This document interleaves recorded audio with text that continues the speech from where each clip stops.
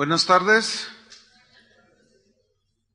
Vaya abriendo su Biblia, por favor, en 1 de Juan 5:16. Vamos a seguir con nuestra serie, La lucha contra el pecado. El tema de hoy se titula El pecado de muerte. El pecado de muerte. Y vamos a tomar 1 de Juan 5:16 para a partir de estos textos dar la enseñanza.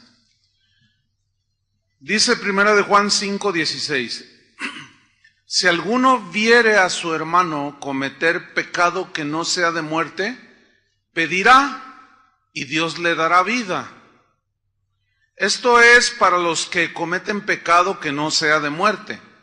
Hay pecado de muerte, por el cual yo no digo que se pida. Toda injusticia es pecado, pero hay pecado no de muerte. Sabemos que todo aquel que ha nacido de Dios no practica el pecado, pues aquel que fue engendrado por Dios le guarda y el maligno no le toca.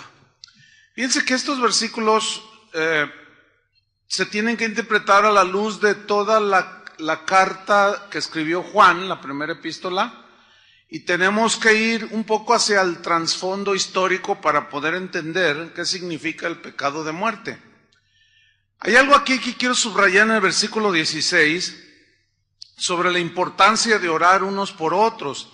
Dice, si alguno viere a su hermano cometer pecado que no sea de muerte, pedirá por esa persona a la que tú has visto que está pecando y Dios le dará vida. Mire, continuamente la gente me pregunta, gente de aquí o a veces por internet me mandan correos, etcétera, y me dicen, pastor, ¿qué hago? Porque mi hijo, dice, pues él iba a nuestra congregación y todo bien, estaba en la alabanza, etcétera, pero se le atravesó una muchacha que no es cristiana. Dígame qué hacer para que él vuelva al camino. Entonces mi respuesta es bien simple, orar. Bueno, ya sé que tengo que orar. Dice, pero dígame qué puedo hacer para que él vuelva al camino del Señor. Orar.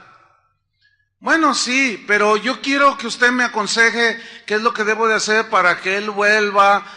¿Qué debo hacer? Orar. ¿Eso es lo que debemos hacer, sí o no? Vamos a leerlo de esta manera. Si alguno viere a su hijo, a su esposa, es que mi esposo anda coqueteando con una que no es, hermano, y no sé qué. ¿Qué debo de hacer? Orar. ¿No dice eso? Si alguno viere a su hermano cometer pecado que no sea de muerte, pedirá. ¿Y Dios qué? Le dará vida. Entonces, ¿qué tenemos que hacer? Orar. Porque la oración es confiar en la omnipotencia de Dios. Es confiar en la soberanía de Dios. Es confiar en la voluntad de Dios. Y es la voluntad de Dios que cuando nosotros, sus hijos, pecamos y alguien intercede por nosotros, levantarnos y sacarnos de ahí. Es su voluntad. Entonces, ¿qué tienes que hacer con tu hijo, con tu esposa, que son cristianos, porque aquí habla del hermano? ¿Qué tenemos que hacer? Orar. Confiar en Dios. Dice, esto es para los que cometen pecado que no sea de muerte. Y luego sigue en el versículo 16, estoy leyendo, hay pecado de muerte, por el cual yo no digo que se pida. ¿Qué es el pecado de muerte? El pecado de muerte, aquí en el griego significa así literalmente, es el pecado cuyo fin es la muerte, cuyo destino final es la muerte. Ahora, ¿en qué consiste el pecado de muerte? Nosotros hemos oído que los 7 pecados capitales, ¿verdad? Los pecados mortales. Pero esa no es una enseñanza muy acorde a la Biblia. Entonces, ¿en qué consiste este pecado, el pecado de muerte? Bueno, el pecado de muerte consiste fundamentalmente en manifestar el espíritu del anticristo. Pero aquí viene otra pregunta. ¿Y cuál es ese espíritu del anticristo? ¿Y cómo se manifiesta el espíritu del anticristo? Juan, el mismo apóstol, nos responde lo que es el espíritu del anticristo y cómo se revela, en qué consiste el pecado de muerte. Vamos a 1 de Juan 2:18. 1 de Juan 2:18. Dice: hijitos, ya es el último tiempo, y según vosotros oísteis que el anticristo viene. Así ahora han surgido muchos anticristos. Por esto conocemos que es el último tiempo. Vamos al versículo 21. No os he escrito como si ignoraseis la verdad, sino porque la conocéis y porque ninguna mentira procede de la verdad. ¿Quién es el mentiroso? Sino el que niega que Jesús es el Cristo. Este es anticristo, el que niega al Padre y al Hijo. Todo aquel que niega al Hijo tampoco tiene al Padre. El que confiesa al Hijo tiene también al Padre. Ahora, déjeme decirle algo. El pecado de muerte, que consistía básicamente en negar la divinidad de Jesús, en negar y despojarlo de su omnipotencia, de su omnisciencia, de que Él todo lo sabe, despojarlo de sus atributos y rebajar a Jesús como un hombre común y corriente como usted y como yo. Básicamente en eso consiste el pecado de muerte. Pero el pecado de muerte tiene que ver con el gnosticismo. ¿Qué es el gnosticismo? El gnosticismo es una filosofía, una doctrina filosófica religiosa que atacó el cristianismo o se infiltró en las iglesias del primer siglo. Y esta es la razón del por qué Juan, el apóstol, escribió estas dos cartas. Escribió tres, pero sobre todo, fundamentalmente las dos primeras tienen que ver con debatir el gnosticismo, todas las doctrinas que se derivan del gnosticismo. Ahora, déjeme definirle el gnosticismo. Según el gnosticismo, los iniciados no se salvan por medio de la fe en Cristo, sino que se salvan mediante lo que ellos llaman la gnosis. Gnosis en griego significa conocimiento. Es decir, que ellos, el gnosticismo afirmaba que el conocimiento de cosas espirituales eran superiores a la fe. Bueno, eso no dice la Biblia, ¿verdad que no? La Biblia dice que somos salvos por gracia, ¿por medio de qué? De la fe. Ok, entonces estaban los cristianos como aquí y se infiltraban personas gnósticas que tenían esta creencia, pero profesaban a la vez ser cristianos, pero rebajaban a Jesús y lo despojaban de su divinidad, y ese es el pecado de muerte. Porque si despojamos a Jesús de su divinidad, de sus atributos, de su obra en la cruz del Calvario, ¿qué nos queda? Nada. En 1 Timoteo 6:20, Pablo también atacó esto, que era algo que estaba invadiendo a las iglesias del primer siglo, pero déjeme decirle, 1 Timoteo 6:20, déjeme decirle que el gnosticismo sigue vigente en pleno siglo XXI y desgraciadamente sigue contaminando y engañando a un montón de gente que está allí en las iglesias, pero que van abrazando de una manera, pues que no se dan cuenta, el gnosticismo. 1 Timoteo 6:20, Pablo le dice a Timoteo, oh Timoteo, dice, guarda lo que se te ha encomendado. ¿Qué se le había encomendado? El Evangelio. El Evangelio, que consiste básicamente en que Cristo murió por nuestros pecados para librarnos de la condenación del infierno. Murió en nuestro lugar, derramando su sangre para que nosotros fuésemos limpiados de todo pecado y de toda maldad.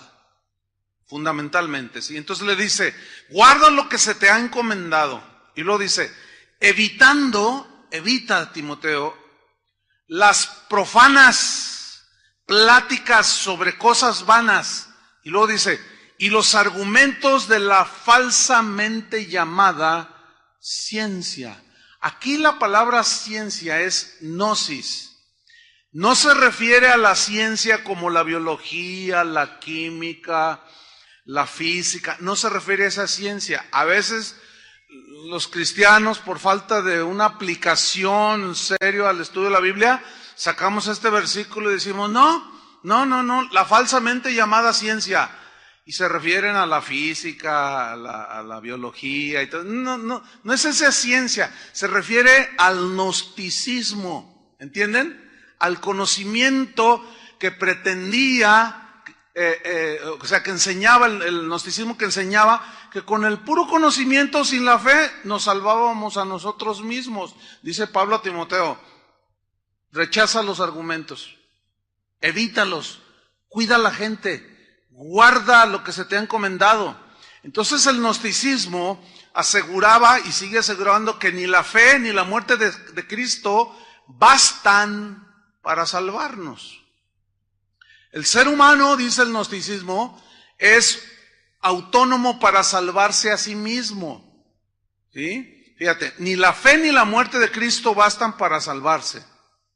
O sea, hay que añadir otras cosas, hacer otras cosas para salvarnos. Esto agrede el sacrificio de Cristo en la cruz, lo minimiza.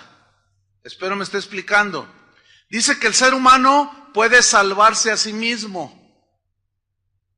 Eso ya habla de un despojar al Señor de toda su obra, ¿sí? El gnosticismo es una, filosofía religiosa, es que es un sincretismo, es decir, es una mezcla de un montón de creencias mezcladas, y entre ellos el misticismo, las visiones, las revelaciones, lo que yo sueñe, todo ese tipo de cosas son importantes para la salvación. Por eso es que un hombre llamado José Smith, se le aparece un ángel, tiene sueños, visiones, se le aparece un ángel y le dice, te voy a revelar otro evangelio, le dice. Te voy a dar otro libro aparte del de la Biblia, y le entrega el libro del Mormón, ¿sí? Entonces despojan al Señor de toda su obra en la cruz. Déjame decirle que este pensamiento de que ni la fe ni la muerte de Cristo bastan, sigue vigente como una extensión del gnosticismo en el cristianismo de hoy. Es por eso que hoy vemos, cuando hablo cristianismo, estoy incluyendo bautistas, presbiterianos, nosotros, católicos, o sea, todos los que de alguna manera proclaman el cristianismo, ¿sí?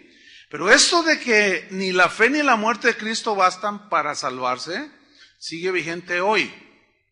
No en todos los que mencioné, pero en muchos sí, muy marcados. Hay gente que cree que por irse de rodillas de aquí hasta la Basílica de Zapopan, eso los va a salvar, les va a ayudar en su beneficio y en su relación con Dios. Noten cómo el hacer eso, estás diciendo, una persona que hace eso está diciendo que el sacrificio de Cristo en la cruz no bastó. Hay que hacer otras cosas más. Por lo tanto, al estar despojando a Cristo de su obra en la cruz, están en una situación muy peligrosa, pecado de muerte. ¿Por qué? Porque la Biblia es clara que somos salvos por gracia, por medio de la fe, y no por obras. ¿Entiende? No por obras. Nadie puede ganarse la salvación por hacer buenas obras. El gnosticismo, como dije anteriormente, es una mezcla de creencias. Muchas son creencias orientales que vienen desde antes de la iglesia, ya estaba ahí en el fundamento. Pero también tiene mucho de ideas de la filosofía griega, sobre todo ideas platónicas, de Platón. El gnosticismo dice que es la forma suprema del conocimiento y que el gnosticismo, el conocimiento elevado, está solamente al alcance de unos cuantos, de unos poquitos, no muchos. Ellos dicen que el conocimiento de verdades trascendentes, o sea, que trascienden lo material, yo no sé qué ver, un montón de cosas que pueden decir la gente que es verdad. Dicen que este conocimiento produce salvación del alma. ¿Han oído, conócete a ti mismo? ¿Han oído esa frase? Pues eso es de la filosofía de Aristóteles, de Platón, de todos esos. Conócete a ti mismo. O sea, y al conocerte a ti mismo, según ellos, eso es puro gnosticismo. Entonces, tú estás obteniendo un conocimiento de lo bueno y lo malo, según ellos, y eso puede salvarte. Bueno, esas ideas empezaron a atacar el cristianismo bíblico. Y desgraciadamente comenzaron algunos a ser confundidos dentro de las iglesias, y por eso es que Juan escribe esas cartas que estamos estudiando. El gnosticismo que penetró la primera iglesia aseguraba que practicar una vida cristiana pues estaba bien, porque había algunos cristianos gnósticos, lo cual bíblicamente no existen. Es una perversión de lo que es un cristiano.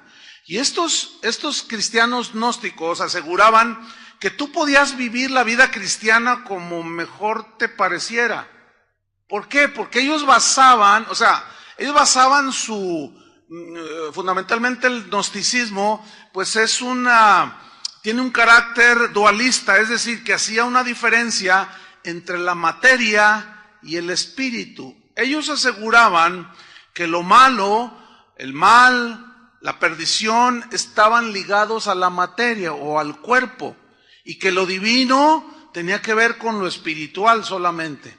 Por esa razón no podía existir salvación alguna en la materia ni en el cuerpo. Ellos decían que cualquier cosa que hicieras con tu cuerpo, fornicar, matar, lo que sea, no trascendía, no importaba.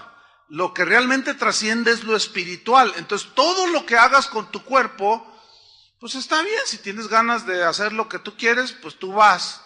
Que al cabo el cuerpo es inherentemente malo, ¿sí? Pero la Biblia no enseña eso. La Biblia dice, y todo vuestro ser, espíritu, alma y cuerpo sean guardados irreprensibles. Pablo dijo, ¿o ignoráis que vuestro cuerpo es templo del Espíritu Santo? Ahí vemos que ya se contrapone el gnosticismo, que aseguraba eso, con el cristianismo. Pues déjenme decirles, de una manera muy velada, muy engañosa, este sistema de pensamiento ha penetrado las iglesias. Por eso es que hoy vemos expresiones como, no, la gracia de Dios, no pasa nada si haces esto. O el otro día me comentaba alguien que llegó allí con el pastor a decirle, oiga pastor, mi esposo anda de adúltero. No te preocupes, mira, estamos bajo la gracia. Fíjate nomás. Y le dice la esposa, esta mujer que me estaba comentando, estamos bajo la gracia, pero él anda con otra mujer. Pero no pasa nada. Al estar bajo la gracia no hay condenación ni para él ni para nosotros. Nada más espérate que aquel cambie. Suena rarísimo todo eso, ¿sí o no? Porque por un lado Pablo dice de un fornicario ahí en 1 Corintios capítulo 5 que no hicieron nada para meterlo en el orden y que caminara en santidad. Y cuando Pablo se da cuenta dice, no. Dice, a ese échenlo de la iglesia, expúlsenlo de la iglesia. Un poco de levadura leuda toda la masa. El tal debe ser entregado a Satanás. Es duro eso, ¿no? Entonces vemos pues que esas bases o esos ramas del gnosticismo siguen vigentes el día de hoy. Si el cuerpo no tuviera importancia, entonces ¿por qué Cristo habló de la resurrección del cuerpo? ¿Para qué nos resucita si el cuerpo, la materia, es mala? Evidentemente esa doctrina es una doctrina falsa, es un pensamiento erróneo. Pero ahora se disfraza como gracia. Y no es así. La Biblia dice, ¿pecaré porque estamos bajo la gracia? En ninguna manera. En ninguna manera. Si estamos muertos para el pecado, estamos muertos para el pecado. En ninguna manera podemos seguir viviendo en la misma vida que vivíamos antes. No debemos de caer en ese engaño, sin embargo, este es el pan de todos los días. Fíjate, el gnosticismo en cuanto a Cristo, ellos empezaron a decir que, más o menos así, bueno, siendo la materia o el cuerpo el origen del mal, por lo tanto, no es concebible, decía el gnosticismo de aquel tiempo, que Jesucristo pueda ser divino. ¿Cómo un ser divino viene y toma un cuerpo humano que es malo? Lo que ellos nunca tomaron en cuenta o no quisieron tomar en cuenta es que Jesús fue engendrado por obra del Espíritu Santo, no por relación sexual humana. Por lo tanto, Él no heredó la naturaleza pecaminosa que todos heredamos, ¿entiende? Por lo tanto, todo su espíritu, alma y cuerpo Él fue humano, carne como nosotros, pero Él fue todo humano y todo Dios. Pero esto chocaba con las filosofías y doctrinas gnósticas. Entonces, para ellos era imposible que Jesús pudiera ser divino, porque, puesto que la materia, pues es mala, comenzaban a negar la encarnación del Verbo divino, que es Jesucristo. Y Juan, en su evangelio, él comienza diciendo en el capítulo 1, versículo 1, en el principio era el Verbo, y el Verbo estaba con Dios, y el Verbo era Dios. Y ese Verbo vino, dice, y se encarnó, tomó forma de hombre, y nosotros vimos su gloria. Pablo dice, hablando de Jesús, que Él tomó forma de hombre y se humilló, despojándose, no de su divinidad, sino de su posición, ¿sí? Y tomando forma de hombre se humilló y se hizo obediente hasta la muerte, y una muerte de cruz. Dice, y no estimó el ser igual a Dios como cosa a que aferrarse, sino que se despojó a sí mismo. Entonces, cuando Juan detecta que el gnosticismo está penetrando la iglesia, inmediatamente el Espíritu Santo lo inspira, que es el que engendró a Jesucristo en el vientre de María, y escribe esas cartas que hoy tenemos a nuestra disposición. Entonces, cuando Juan dice, bueno, si alguno viere a su hermano cometer pecado de muerte, pida y Dios le va a dar vida, porque hay pecado no de muerte, pero hay pecado de muerte, el cual yo no digo que se pida. Pero quiero que noten que no dice que el hermano comete pecado de muerte. Nada más dice, hay pecado de muerte, pero por ese no se pide. Miren, hay una secta, hay un montón, pero hay una que es todos la van a identificar, los Testigos de Jehová. Ellos son la pura esencia del gnosticismo. Despojan a Jesús de su divinidad, despojan de sus atributos. Ellos dicen que Jesús era nada más un hombre, como tú y como yo. ¿Cómo han resucitado todas esas herejías que fueron condenadas por los llamados padres de la iglesia? Herejías que no eran concebidas como parte del cristianismo, sin embargo, ahí estaban asediando y siguen asediando, hermanos. Una manera muy sutil actualmente, por medio de esa sutilidad por la cual se está despojando a Cristo de su divinidad, de su omnipotencia, es que el hombre se ha puesto en el lugar de Cristo. Ahora los predicadores algunos se sienten los omnipotentes, los omnipresentes, los que todo lo pueden, y enseñan a la gente gnosticismo. ¿En qué sentido?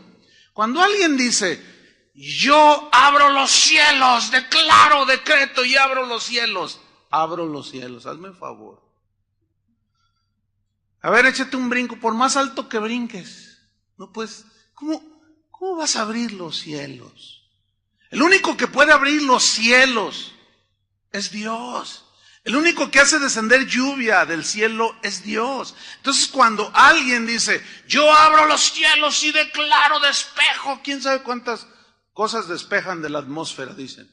Y luego dicen, y yo decreto, y yo declaro, y yo proclamo, y yo establezco, y yo ordeno. ¿Saben qué? Es vil gnosticismo, hermanos. ¿Por qué? Porque se están poniendo en el lugar del Señor y ya lo hicieron a un lado. Y luego dicen, y si quieres que Dios te bendiga y quieres que en verdad Dios te salve, dale $1,000. ¿Quién le puede dar $1,000 ahorita al Señor? Dele $1,000. Y si le das 10,000, pues muchísimo mejor. Puro y vil gnosticismo, ¿entienden? ¿Por qué? O sea, es una rama. Digamos que es el gnosticismo moderno. Despojar a Jesús de su obra en la cruz. La razón de la reforma de la iglesia en la Edad Media fue precisamente la comercialización de la fe, la venta de indulgencias. Y hoy esa doctrina es muy común en un porcentaje altísimo de las iglesias de hoy. Puro y vil misticismo. Ahora fíjate, a Jesús lo han rebajado hasta este nivel. Ahora se dice, como dijo fulano de tal, como dijo sultano de tal, como dijo perengano de mangano, como dijo sultanito, y también como dijo Jesús. Así ya lo hacen ahora. O sea, es decir, el mensaje de Jesús ya no es absoluto, ya es relativo. ¿Entiende? El mensaje de Jesús ya no es contundente. Ahora nada más se toman algunas partes, así como los brujos también te citan un versículo, así como los espiritistas, toda esa gente, hasta versículos de la Biblia, y hasta te dicen, y como dijo Jesús, y te citan un versículo. Entonces ya Jesús es tan relativo. Buda dijo en una ocasión, dijo, yo les voy a enseñar un camino. Y Jesús dijo, yo soy el camino. Jesús es exclusivo y excluyente. Esas dos palabras son aborrecibles el día de hoy. ¿Qué significa que Él es exclusivo? Él quiere que tú seas de su exclusividad. Eso se los dijo a Israel desde el Antiguo Testamento. Por eso les dijo, no tendrás dioses ajenos delante de mí. Exclusividad. Mi pueblo, mi especial tesoro. Pablo hablaba a los corintios y les decía, yo los celo con celo de Dios, porque quiero presentarlos como una virgen pura a Cristo, el novio. ¿Entiende? Entonces vemos que Cristo es exclusivo y es excluyente. ¿Por qué es excluyente? O sea, que el Señor no acepta ningún pensamiento del tipo que sea, ninguna filosofía, ningún argumento, por más elevado que sea,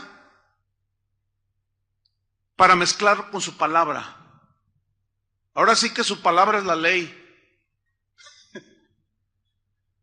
¿Por qué? Porque dice la Biblia que la palabra de Dios es viva y eficaz, que el cielo y la tierra pasarán y su palabra no pasará. Entonces, por lo tanto, por consecuencia, se entiende que nosotros los cristianos, ¿cuántos son cristianos? ¿Y cristianoides? Uno que otro por allí, ¿verdad? Bueno, se supone que nosotros los cristianos no aceptamos ningún otro pensamiento que el pensamiento de Cristo. ¿Estamos o no? Si no, no seríamos cristianos. Bueno, pastor, pero yo soy cristiano gnóstico. No existe eso en la Biblia. No puedes hacer una mezcolanza, aunque muchos ya la hicieron. Y ese es lo grave, hermanos. ¿Por qué? Porque al despojar a Cristo de su obra en la cruz, de toda su sabiduría, cuando Él dijo, vayan y hagan discípulos a todas las naciones, enséñenles todas las cosas que yo les he mandado, yo les he enseñado. Eso es excluyente. O sea, no vengas con tus ideas, no quieres inventar el hilo negro. No les vas a hablar lo que tú piensas o lo que tú crees. Les vas a hablar, ¿qué? Mi palabra. Eso es ser excluyente, ¿no? Ahora, ¿por qué? Porque es Dios. Y al ser Dios, su palabra es la verdad. Su palabra es nuestra regla de fe. Su palabra es la que va a gobernar nuestras acciones y nuestros pensamientos, porque es la palabra viva, ¿entiende? Por lo tanto, al ser agredidos por el gnosticismo, Juan y Pablo y los apóstoles inmediatamente, inspirados por el Espíritu Santo, escribieron todo esto. Fíjate que el gnosticismo sostiene que Jesús en verdad fue un hombre común y que pues la verdadera misión de Cristo, decían los gnósticos de aquel tiempo, era transmitir a los humanos el principio del autoconocimiento. O sea, el conócete a ti mismo, lo platónico pues, ¿no? Porque esto iba a permitir que las almas se salvaran a sí mismas al liberarse de la materia. Entonces, resumiendo, y por consecuencia, los gnósticos aseguraban que Jesús no era Dios. Y esta es la razón por la cual se escribieron estas cartas. Ahora bien, vamos a primera de Juan 2:21, para ver cómo Juan comienza a atacar el gnosticismo y cómo empieza a dejar ahí el fundamento de la fe cristiana. Primero Juan 2:21. Dice así: no os he escrito como si ignoraseis la verdad. ¿Cuál verdad? De que Jesucristo es Dios.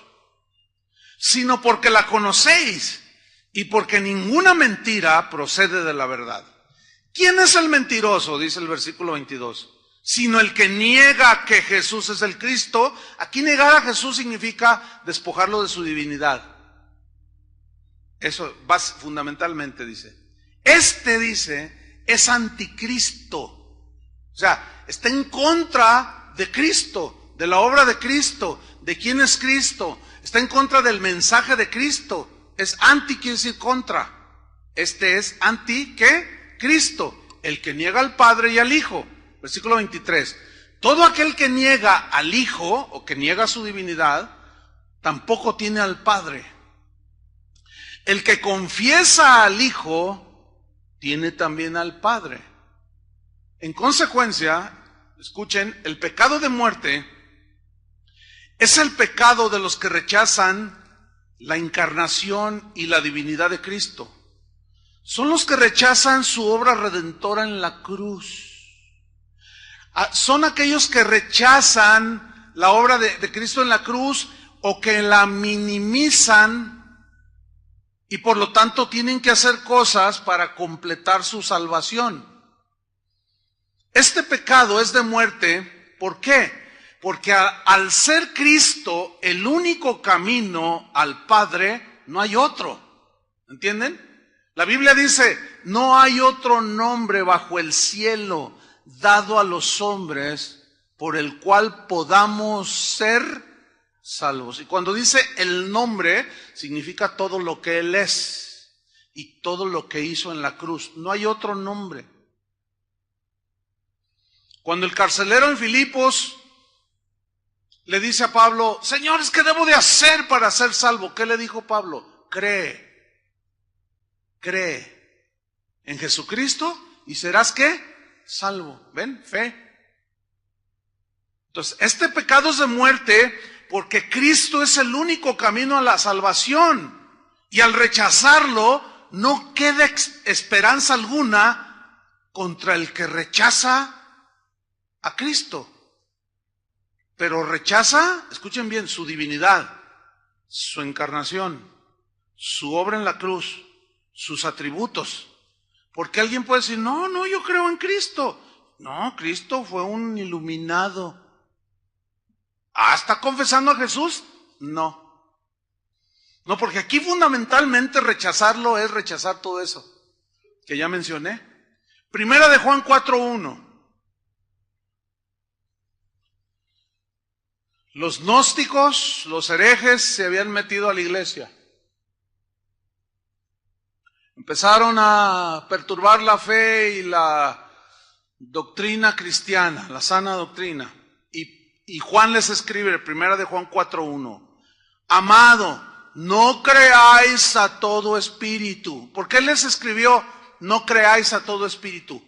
Porque se metían entre los hermanos, como muy probablemente, o casi seguro, aquí también se meten.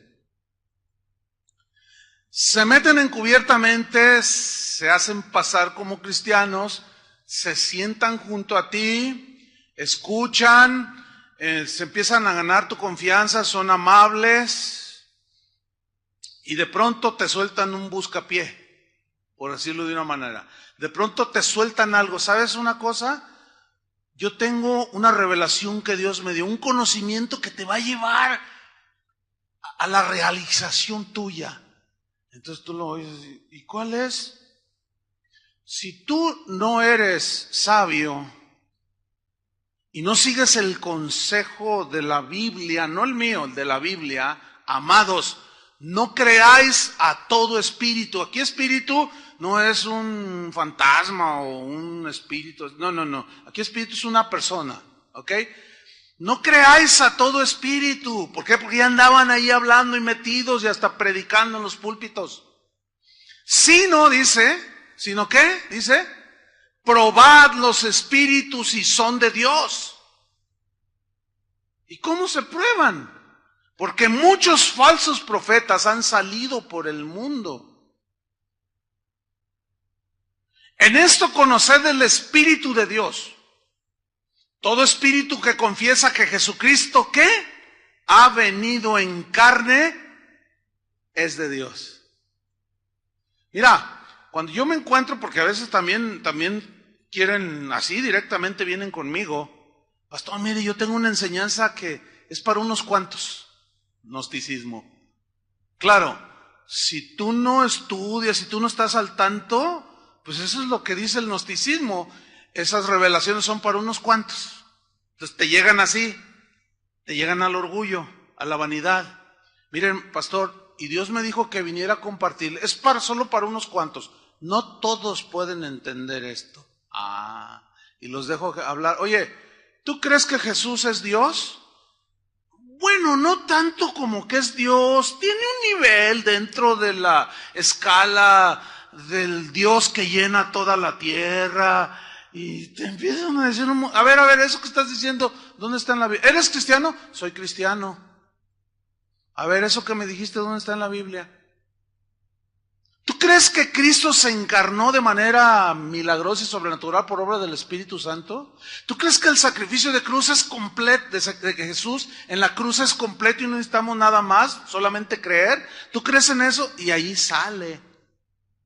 Esa es la instrucción bíblica de cómo probar si la gente, los que hablan, son de Dios o no son de Dios. Y aunque dijeran algunas verdades acerca de Cristo, no significa necesariamente que son de Dios. Es complejo el asunto, hermanos. Es complejo. ¿Por qué? Porque nosotros no sabemos todo, pero la Biblia dice que Él conoce a los suyos. Así dice, ¿no es cierto? Es como ustedes, ¿conocen a sus hijos? Sí, yo puedo ir a un auditorio de 20,000 jóvenes y mis hijos estar ahí, y yo no tengo ningún problema en reconocerlos. Usted al salir, los que tienen bebés allá o niños allá en los salones, van y entre todo el montón de chiquillos que hay allí, de bebés y todo, usted ve al suyo, ¿sí o no? Y usted no llega y dice, ¿y cuál es el mío? Y ya tiene 5 años. ¿Y cómo era mi hijo? O sea, eso no es. No existe eso. ¿Usted cree que si usted tiene la capacidad de saber quién son sus hijos, usted cree que Dios no pueda saber quiénes son sus hijos verdaderos? Créamelo. Y entre la multitud de 7,000 millones de personas en este mundo, Él sabe si usted es de Él. Él sabe si usted ha nacido de nuevo. Él sabe si el Espíritu Santo ha hecho la obra de regeneración. Y Él sabe si usted es una nueva criatura engendrada por Él. Él sabe. Porque Él es un padre que conoce a sus hijos. Entonces no bastan las verdades intelectuales, entenderlas intelectualmente. Tiene que haber una conversión genuina de la esclavitud del pecado a la libertad. ¿Entiende? De una vida totalmente inundada en la corrupción a una vida nueva. Claro, esa vida nueva, ya nos dimos cuenta los que hemos nacido de nuevo, que la lucha contra el pecado es bien real, ¿no es cierto? Sigue vigente. Ahí está. ¿Ah? Todo espíritu, dice, que confiesa que Jesucristo ha venido en carne, estoy en 1 Juan 4:2, es de Dios, dice. Y todo espíritu que no confiesa que Jesucristo ha venido en carne, no es de Dios. Así de sencillo, hermano. Y este es el espíritu del anticristo, el cual habéis oído que viene y que ahora ya está en el mundo. No el anticristo, sino el espíritu, la actitud de negar, de rechazar, de atacar a Cristo. Yo siempre me he hecho esta pregunta, siempre me he hecho la siguiente pregunta: ¿por qué en el mundo en el que vivimos se ataca a Jesucristo y nadie habla mal de Buda, de ninguno de los maestros en la historia de la tierra o de las culturas? Siempre es una agresión a Jesucristo, por intelectuales, por ateos, por todos, pero lo más terrible es que ahora muchos que están metidos en las iglesias. Eso es lo peor. Y ese puede ser el pecado de muerte para muchos, que aún estando dentro, niegan a Jesús. Ese es un estado terrible. Ahora bien, Primera de Juan 5:16, fíjate, de Primera de Juan 4:1, todo el capítulo, cuando llegamos a Primera de Juan 5:16, ahora se entiende lo que significa el pecado de muerte. Porque dice, si alguno viere a su hermano, estoy en la misma carta, en el mismo contexto, si alguno viere a su hermano cometer pecado que no sea de muerte, pedirá y Dios le dará vida. Esto es para los que cometen pecado que no sea de muerte. Hay pecado de muerte, por el cual yo no digo que se pida. Quiero decirles algo, Juan es muy excluyente, muy exclusivo en cuanto a su entendimiento y revelación de quién es Jesús, el Hijo de Dios. Tan así que su vida, pues al estar consagrada a la predicación del Evangelio, hay una historia que yo he contado en un par de ocasiones, que cuenta que Juan, después de que salió de estar ahí desterrado en la isla de Patmos, él regresó a Éfeso, ya era un anciano, y cuenta esa historia que fueron a los que entonces estaban en auge, los baños romanos, los baños públicos romanos. Entonces llegaron pues a asearse, llegaron a bañarse, y uno de los discípulos del apóstol Juan entró hacia la parte, hacia adentro de donde había otros baños. Eran unas termas, ¿sí? Unas piletas ahí. Entonces regresa este discípulo del apóstol Juan y le dice, Juan, y Juan ya se empezaba a bañar. Juan le dice, al fondo de los baños está Cerinto. ¿Quién era Cerinto? Era uno de los maestros del gnosticismo de su tiempo, contemporáneo, que enseñaba, se metía a las iglesias, soltaba su veneno y confundía a los débiles, confundía a los que no estudiaban, ya desde entonces se daban, y los que se duermen peor. Esos son bien, porque al no estar atentos ahí, pues llega cualquier falso maestro y le creen.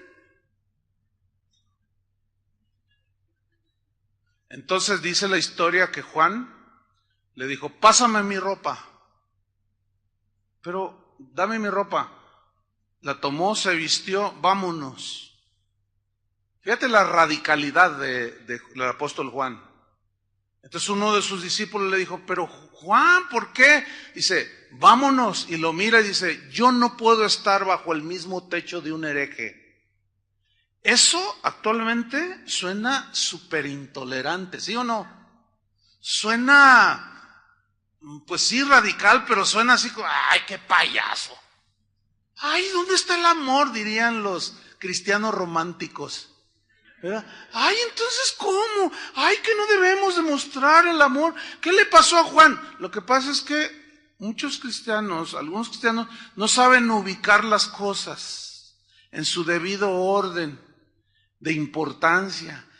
¿Cómo Juan iba a tolerar? O sea, su extremismo, entre comillas, llegó al grado de decir, yo no puedo estar bajo el mismo techo de un hereje. Yo no puedo estar bajo el mismo techo que alguien que dice que Jesús, al que yo vi con mis propios ojos, vi su divinidad, lo vi caminar en el agua, lo vi decirle al viento, cesa el viento, y cesaba, lo vi resucitado, y vi cuando Tomás le metió los dedos, que me vengan a decir que no es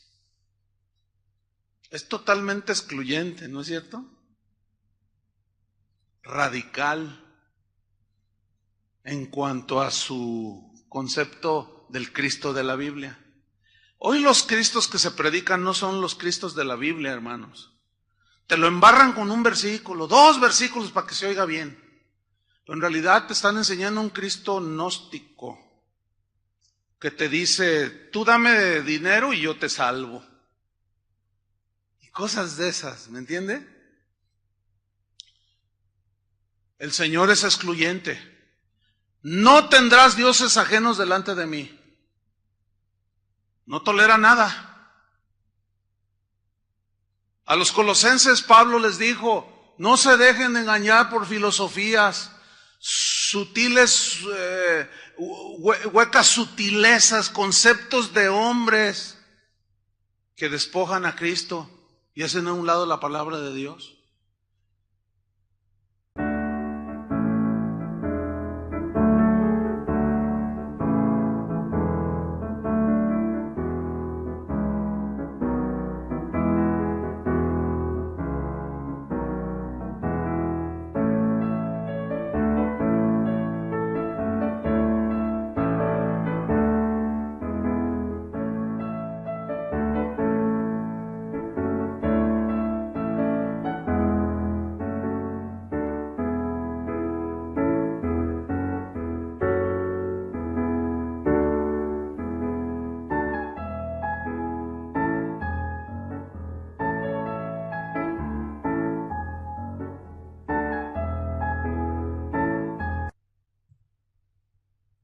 Ahora, hay una pregunta muy importante que de continuo la gente hace, que tiene su base en Mateo 12, vaya abriendo su Biblia en Mateo 12. Pero la pregunta es esta: ¿qué relación hay entre el pecado de muerte y la blasfemia contra el Espíritu Santo? ¿Habrá alguna relación? Probablemente sí, lo más seguro es que sí, pero vamos a escudriñar un poco. Mateo 12:32.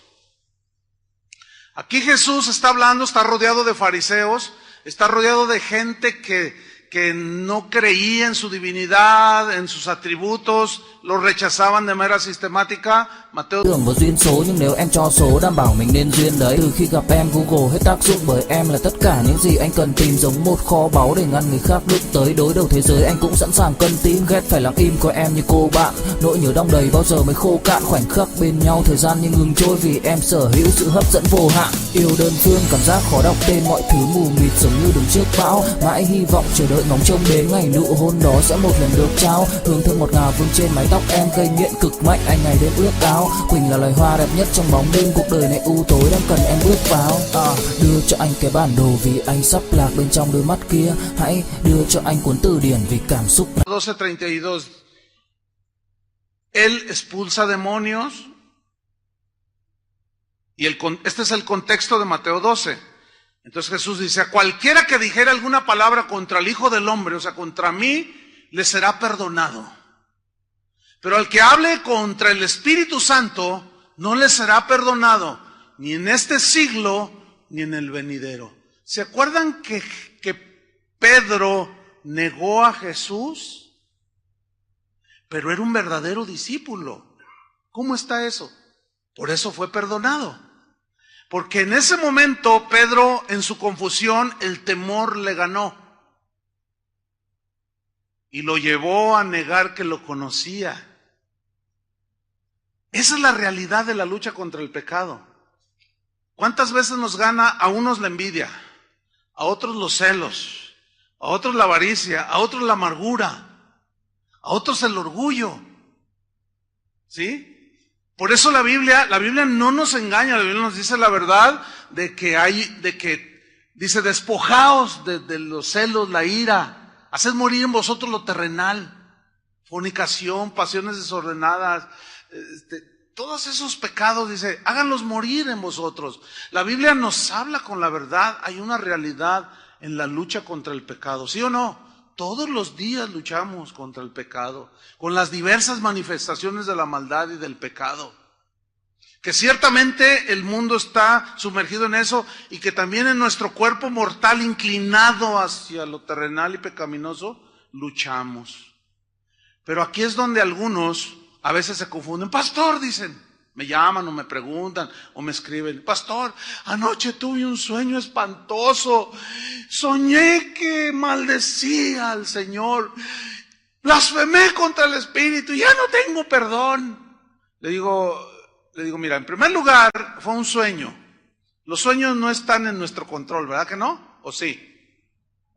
El asunto es que al no saber manejar, yo a veces he soñado, le digo a mi esposa, soñé espantoso.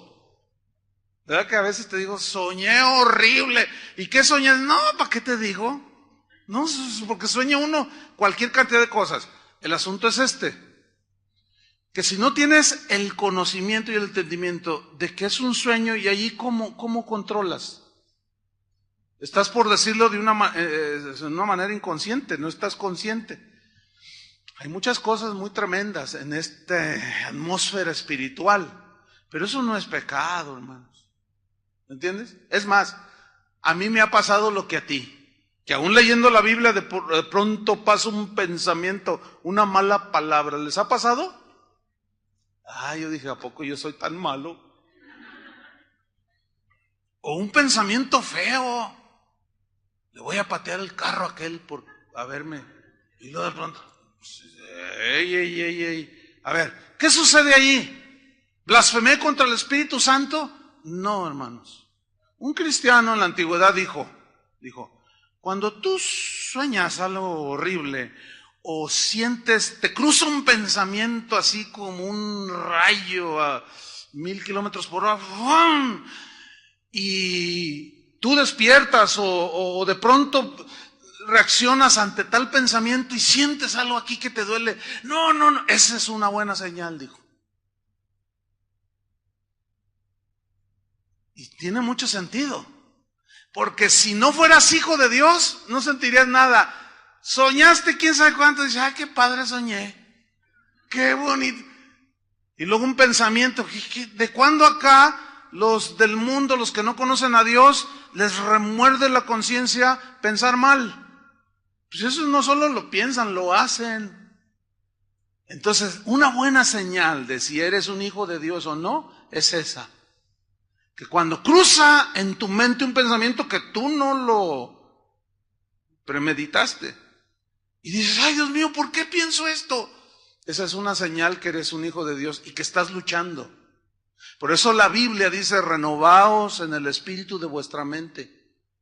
La única palabra de renovar nuestros pensamientos y aprender a pensar mejor, porque eso sí se puede. El problema está en que venga un mal pensamiento y tú te centres y te claves en ese mal pensamiento. Esa es la lucha contra el pecado, pero el Señor nos da una alternativa, su palabra, meditar en su palabra. Entonces, la palabra de Cristo, dijo Pablo, more en abundancia en vuestros corazones. Si hay alguna cosa digna de alabanza, en esto pensad. Si hay algo limpio, si hay algo digno de honra, en esto pensad. O sea, pensad, eso habla de una renovación y una aplicación en las verdades de Dios y eso te produce paz.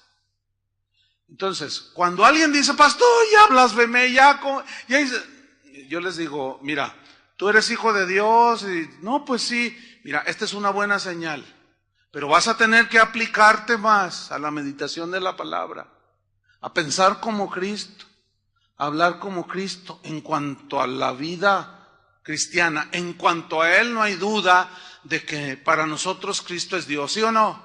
De que su obra en la cruz fue completa, no necesitamos añadirle absolutamente nada, ningún ritual, ninguna buena obra, nada de eso ya está completa.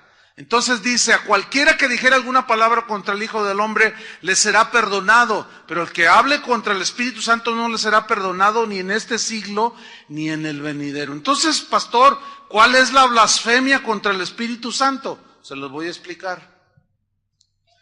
Este pasaje gira alrededor de los fariseos que rechazaban a Cristo como el Mesías.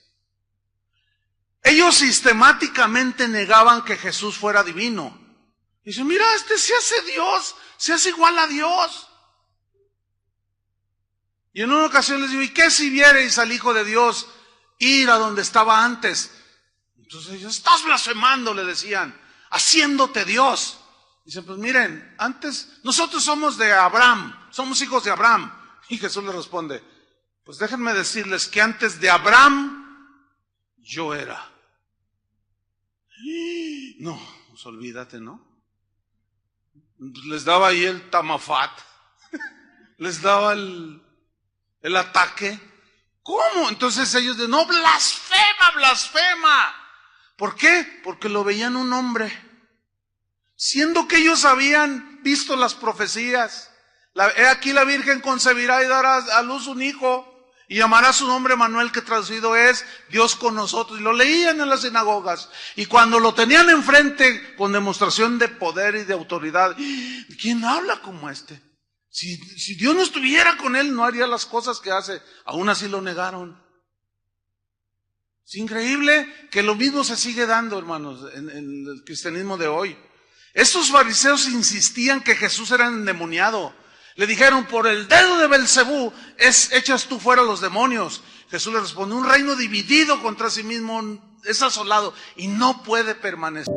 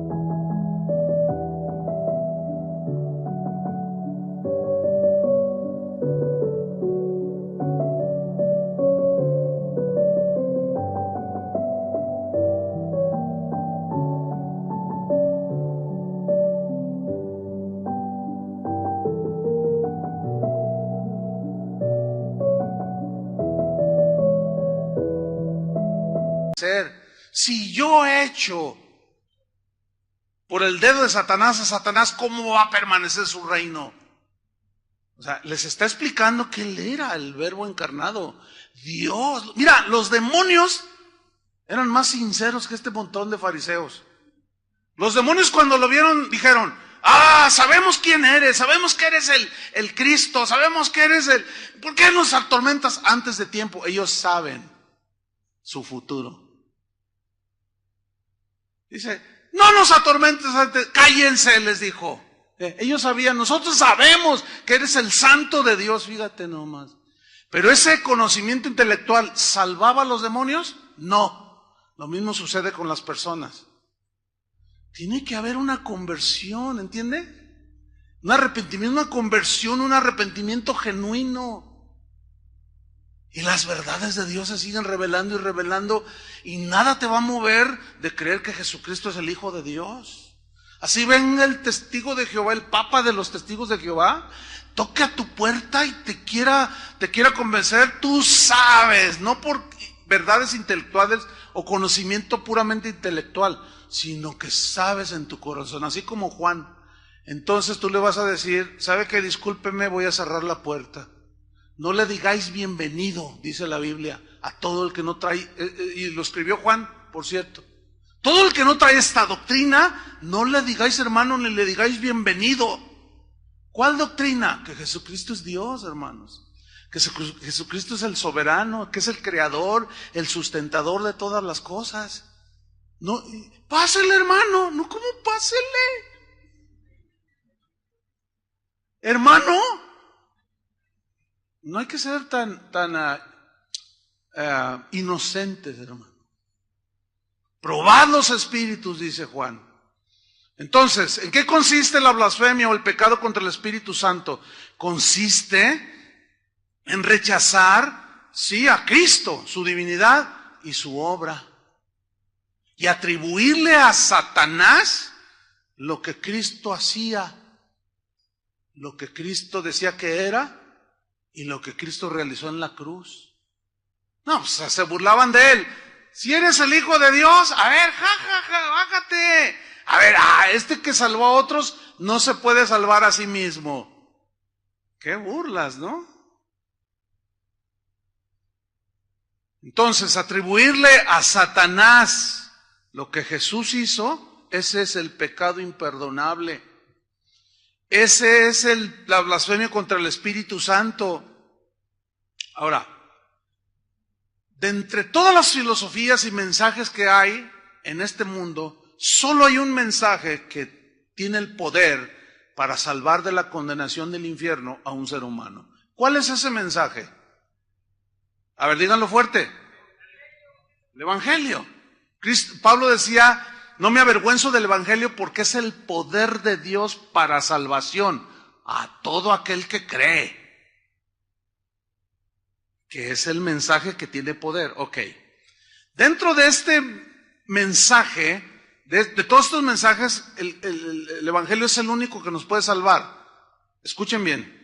Si una persona rechaza el mensaje del Evangelio, ¿qué esperanza tiene de salvación? Ninguna. Ese es el pecado de muerte.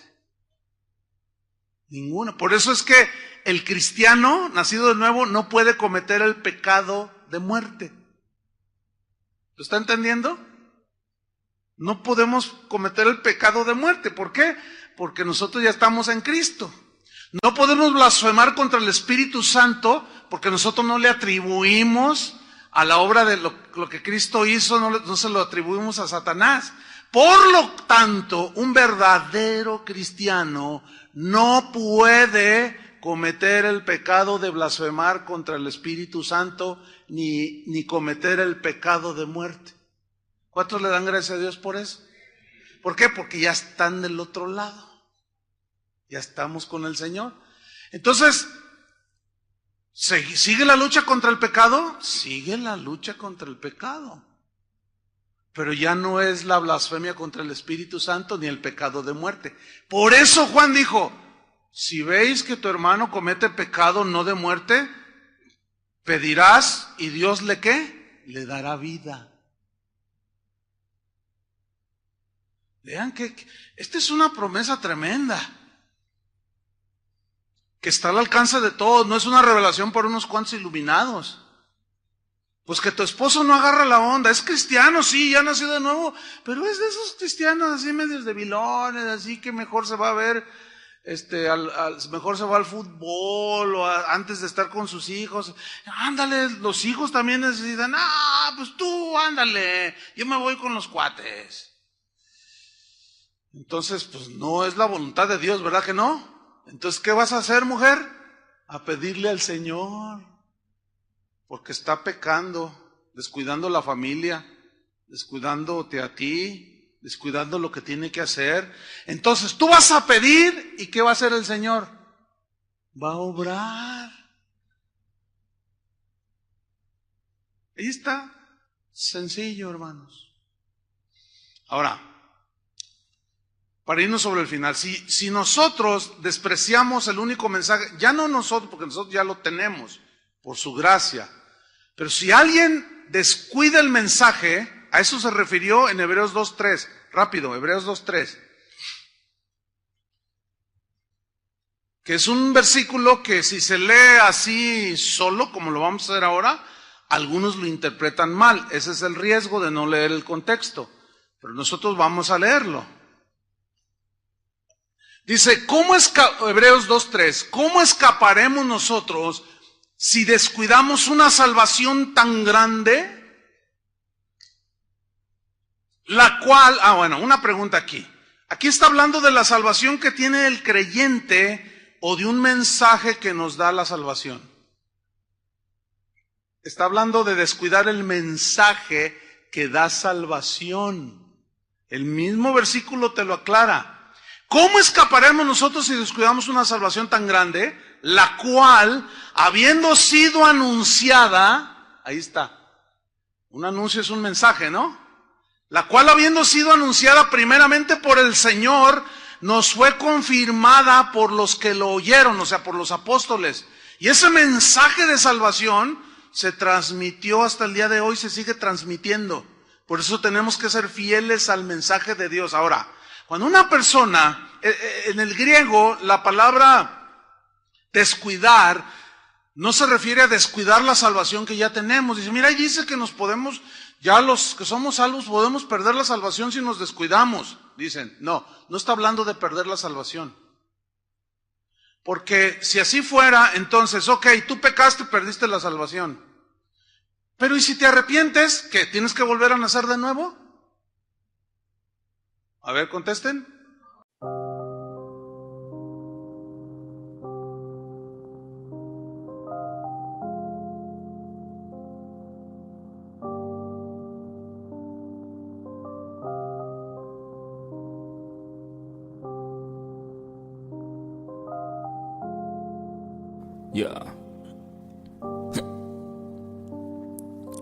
Khi say anh thường hay nhắc về em, mong khỏa lấp những u tối. Khoảnh khắc về đêm nghe lại bài ca ngày xưa cũ, ta hát về nhau nhớ những giấc mơ ta từng ước. To tát về sau và đó là khi mà anh dần lụy là không làm chủ chính mình. Thấy không gian trở nên tồi tệ, mọi thứ bao phủ chính mình. Em đâu còn như điều anh mơ, anh cũng tự nhủ chính mình. Nhưng mà thôi em, nào ai giỏi mà đủ tính tình, chẳng thể vươn tới được cảnh cao dù anh có nhã ý trèo. Trong cơn say mọi thứ cuồng quay, anh trở thành gã chí phèo. Yêu chân thành là không thay lòng dù em có như thị nở. Ý anh là em như cô tấm, nhìn em như thị nở. Đêm vắng nàng ngón tay xám vàng vì đốt cả bao thuốc lá. Căn phòng chung khi xưa nồng ấm, bây giờ sao buốt giá. Một thói xấu mà anh đã quen khi em không ở bên lâu. Anh thường ngồi trong một góc tối nhậu suốt cả đêm thâu. Em mang con tim anh đi đâu, khiến anh mù quáng vẫn cô sáng mỗi khi đau. Em mang con tim anh đi đâu, điều gì choáng váng để xứng đáng ướt mi nhau. Em mang con tim anh đi đâu, khiến anh mù quáng vẫn cô sáng mỗi khi đau. Em mang con tim anh đi đâu, điều gì choáng váng để xứng đáng ướt mi nhau. Đêm thâu anh đâu muốn nỗi buồn cứ dậy thêm đâu. Tên nhau anh cố gắng không nhớ để mà quên đau. Đào sâu trong ngàn điều muốn nói nhưng chẳng nên câu. Bao lâu để tổn thương phai mở đi những vết dấu. Vì sao thiếu em đời tôi như bài văn thiếu ý. Vì sao chỉ biết yêu thôi, chẳng hiểu gì dại khờ. Khi con tim cần người không phải người cần dại khờ. Dấn thân mãi để kiếm trời dưới đất. Vội vàng mang ưu tư vào nhạc cất. Vội vàng tôi muốn tắt nắng đi cho màu đừng nhạt mất. Tương tư chiều cuốn cuộc đời theo hướng mặt trời xa đi. Tương tư chiều mà kỷ niệm ôi còn gọi ta chi. Biển tình dù bao la nhưng mặn chát đắng. Và biển anh không xứng là biển xanh, nhưng anh muốn em là bờ cát trắng. Yêu là xuống cả địa ngục vì đã chót tim như là xuân diệu. Yêu là chết ở trong lòng một ít.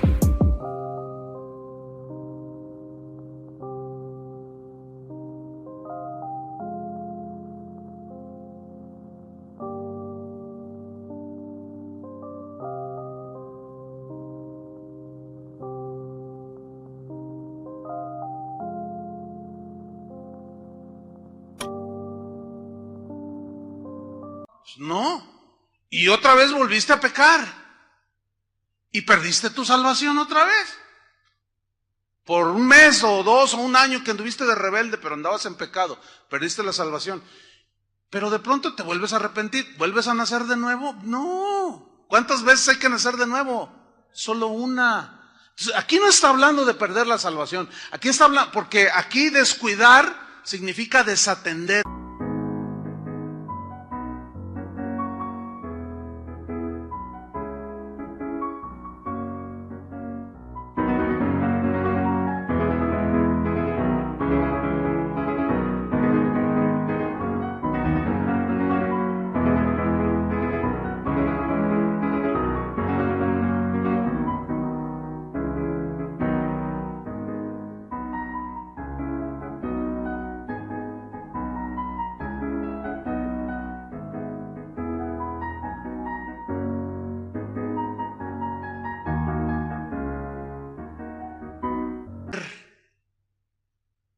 el mensaje. Y es muy claro, si vemos el contexto, en Hebreos 1, vamos rápido, Hebreos 1:1, dice, Dios, este es el contexto, Dios habiendo hablado de muchas veces y de muchas maneras en otro tiempo a los padres, por los profetas, en esos postreros días nos ha hablado por el Hijo. Ahí está, nos habló, nos dio un mensaje, el Hijo. A quien constituyó heredero de todo y por a quien asimismo hizo el universo, el cual siendo el resplandor de su gloria y la imagen misma de su sustancia, noten que le está dando los mismos atributos que el Padre, y quien sustenta todas las cosas con la palabra de su poder, está hablando del Hijo, habiendo efectuado la purificación de nuestros pecados por medio de sí mismo, obra expiatoria, se sentó a la diestra de la majestad en las alturas, hecho tanto superior a los ángeles. Y luego viene un testigo de Jehová y dice que es un ángel. Y aquí nos dice es muy superior. En el griego y en el hebreo es superlativo, o sea, no hay comparación. Superior a los ángeles, cuanto heredó más excelente nombre que ellos. Porque ¿a cuál de los ángeles dijo Dios jamás, mi hijo eres tú? Yo te he engendrado hoy y otra vez, o sea que tomó carne. Yo seré a él padre y él me será mi hijo. Y otra vez, cuando introduce al primogénito en el mundo, dice, adórenle los ángeles de Dios. ¿A quién? Solo a Dios se le adora, ¿sí o no? Y aquí es donde está lo que se conoce como el misterio de la Trinidad.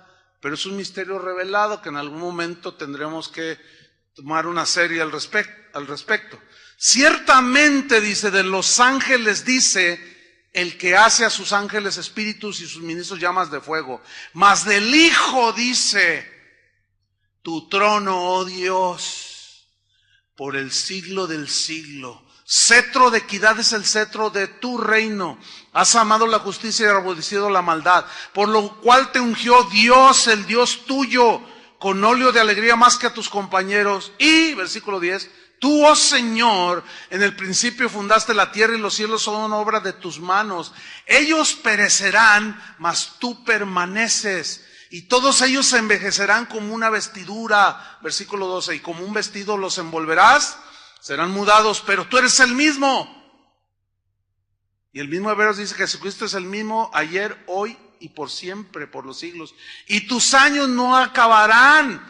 Pues ¿a cuál de los ángeles dijo Dios jamás, siéntate a mi diestra hasta que ponga a tus enemigos por estrado de tus pies? ¿No son todos espíritus ministradores enviados para servicio a favor de los que serán herederos de la salvación? Entonces, entramos al capítulo 2, que es el que leímos. Dice, ¿cómo pues descuidaremos una salvación tan grande? O sea, aquel que hace un lado y desatiende el único mensaje que puede darle salvación, ya no hay más ofrenda por los pecados.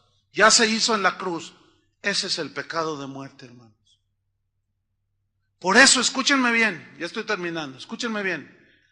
Cuando Jesús dijo, no le echéis las perlas a los cerdos, uy, esa expresión es bien fuerte, ¿A qué se refiere? Ese en el contexto va cuando Jesús les dice, vayan a las aldeas, prediquen, echen fuera demonios. Si tú entras en una casa y te reciben, o sea, el mensaje, la paz reposará sobre ellos. Pero si te rechazan, sacude el polvo de tus pies, date la media vuelta y vete de allí. Será más tolerable el castigo para Sodoma y Gomorra que contra esos que rechazan el único mensaje que puede darle salvación. Ese es el pecado de muerte. Ahora bien, ¿qué hacer con alguien? Porque también es una pregunta muy común. Pastor, mi hijo es bien ateo. O mi esposo, o mi abuelo, qué sé yo. Ese no cree nada y cada vez que le hablo blasfema. Ya no le hables. Porque le estás dando más ocasión a que siga blasfemando. Ay, cada vez que le hablo, cada vez dice cosas peores de Cristo. Mira, ya me tienes acá con tu Cristo. Y empiezan a decir una de blasfemias.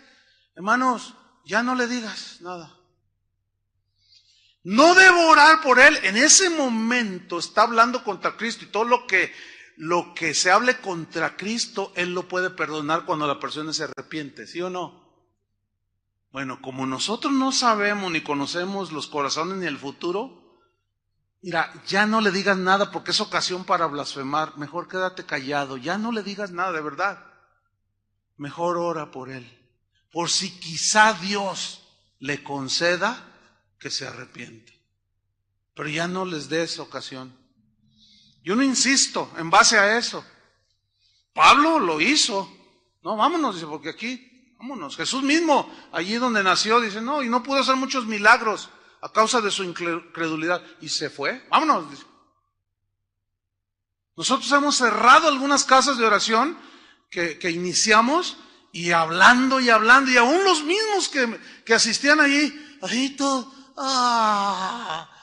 pero indolentes, descuidados, irresponsables, mal. Entonces, oye, ¿cómo va la iglesia fulana de tal? No, los pastores, ay hermano, un año, 2 años. ¿Saben qué? Adrián, ve y cierra esa iglesia. Ciérrala. Dile, este es el último, búsquense una iglesia. Nosotros ya nos vamos, porque aquí nada más, ni ustedes ni nadie responde. Y no vamos a perder el tiempo. Al rato llegan llorando. No, ahora sí. No, pues ya no. ¿Se acuerdan que dice mismo Hebreos que muchos procurarán el arrepentimiento como Esaú? Pero ya será demasiado tarde. O sea, no estamos jugando a la iglesita, ¿entienden? Por lo tanto, rechazar el único mensaje que hay es el pecado de muerte. Pero como Dios sabe quién...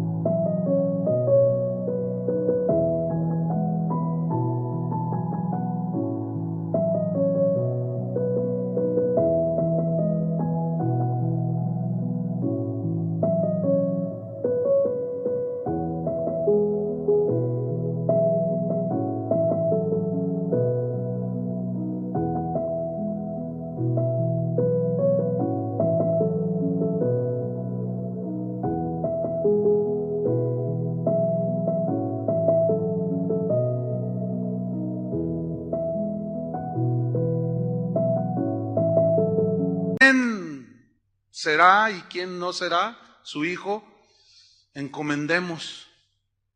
¿Me expliqué? Termino, hermanos, termino. El sello de los hijos de Dios es que ya no somos esclavos del pecado.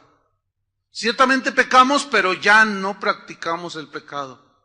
Terminamos leyendo todo el contexto, primera de Juan, capítulo 5.